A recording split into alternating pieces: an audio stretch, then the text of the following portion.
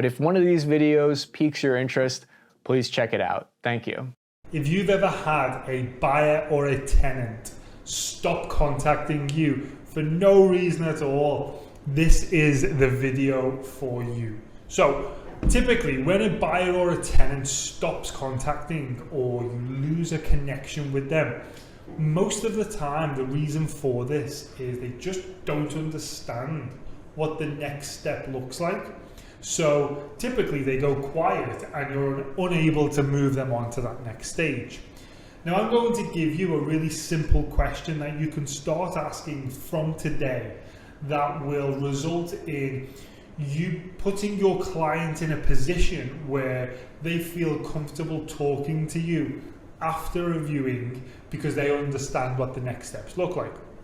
Now this question seems super basic, and when you start using it, you will see massive differences in the communication post-viewing. And that question is really simple. What you do is when you're on the phone or when you're face-to-face with your client before the viewing, I want you to ask them a really simple question.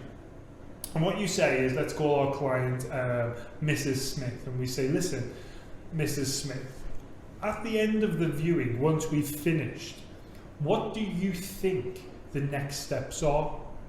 What do you think the next step you're going to take is? What does that look like? And in the most part, they say, well, if I like it, I'll probably offer. And that's the common reply you will get from a tenant or a buyer. And what we need to do then as agents is we say, well, look, there's typically 3 different outcomes, and I want to go through them with you. Your reply was, you think we're probably going to offer if it's the right unit, if it's, if it ticks all the boxes, we should be offering, and I agree. But there's another couple of things that could happen. So one is we love it and we offer. 2 is we need to go back and take a second look. So maybe we need to bring the husband, maybe we need to bring the wife, the kids, the family. Maybe we just need to get back in and take another look. Or maybe we just don't like it and we need to go and see some other options. So there are 3 likely outcomes at the end of the viewing. All I'm going to say to you, Mrs. Smith, is at the end of the viewing, you let me know which one of them 3 it is, and we can take action from there.